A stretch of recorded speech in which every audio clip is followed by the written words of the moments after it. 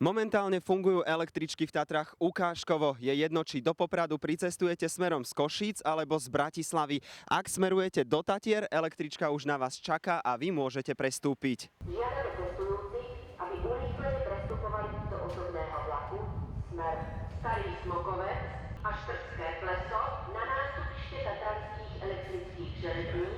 Systém, ktorý fungoval, sa chystajú železnice zmeniť. Ak pôjdete po 15. decembri do Tatier, električky budú naviazané už len na rýchliky, ktoré smerujú z Košíc. V prípade, že do Tatier pricestujete z bratislavského smeru, električka vám ujde, tak povediac, pred nosom.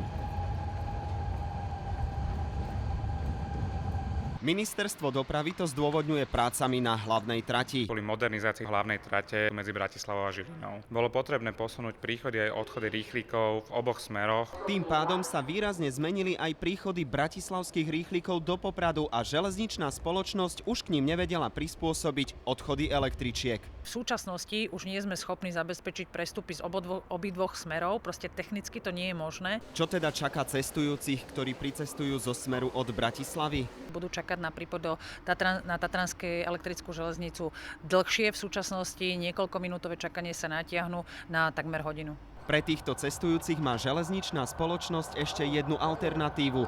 Vystúpiť už pred Popradom v stanici Štrba. Môžu v stanici Štrba pokračovať Ozubnicovou železnicou na Štrbské Pleso a zo Štrbského Plesa potom Tatranskou elektrickou železnicou do ďalších staníc. Ani to však nie je ideálne riešenie. Ak totiž prídete s Ubačkou na Štrbské Pleso a ďalej budete chcieť ísť električkou, počkáte si na ňu aj 30 minút. Železničná spoločnosť už grafikon upravovať neplánuje, pretože nevidí možnosti, ako by ho zlepšila. Kristián Čekovský, RTVS.